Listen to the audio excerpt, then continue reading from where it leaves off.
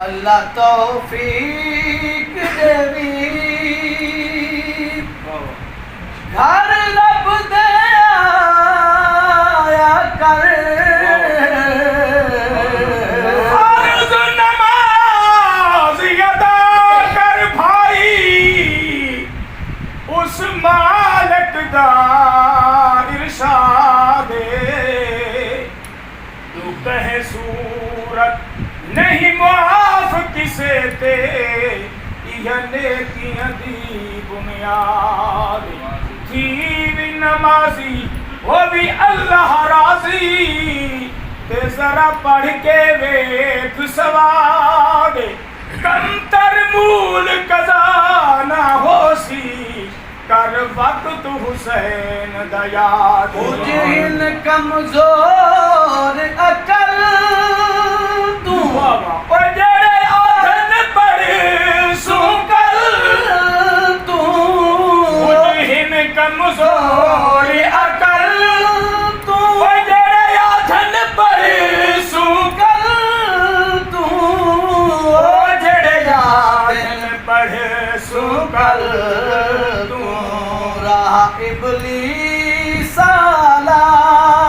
ना अपनाया कर अपने आप ही उते एहसान चलाया कर अल्लाह तौफीक देवी वो चर रब दे आया कर अपने आप ही उते एहसान चलाया कर पढ़ पाक नमाज रोज़ाना क्यों जो शाह फरमाया सर अपने मैडा मुद्दत दा संगती यारा तले तलवार दे जम जम वने ते न खावे यार कमारा मैनू ओ वेला पिया याद भी आंदा है मैनू ओ वेला पिया याद भी आंदा ते हमें मोहम्मद हुसैन दा महारा आगे घर भी हाजिर अते सर भी हाजिर हे तरका यार दा सारा पढ़ पाक नमाज रोज़ाना हिक डू नहीं पढ़ पंजगा हिक डू नहीं पढ़ पंजगाना हाज़री लगती है ना लिखवाया कर अपने आप ही उसे एहसान चलाया कर अल्लाह तौफीक मन फरहत नाम खुदा दा वो नहीं वेला वक्त कज़ा दा मन फरहत नाम खुदा शाया खे तू ना थी गाफिल अणचेती खोट करे सा उड़ पुड़ वैसा सर आखे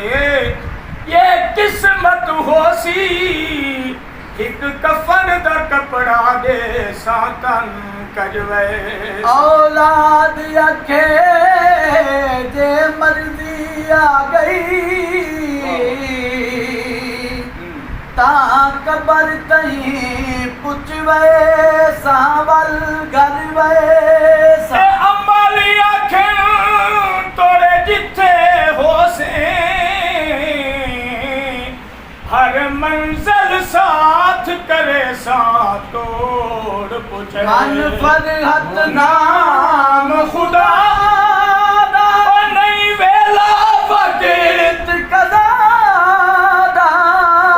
नहीं वेला वक्त कज़ा दुनियादारी विच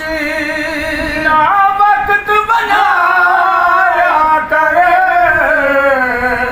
अपने आप उते एहसान चलाया कर अल्लाह तौफीक देवी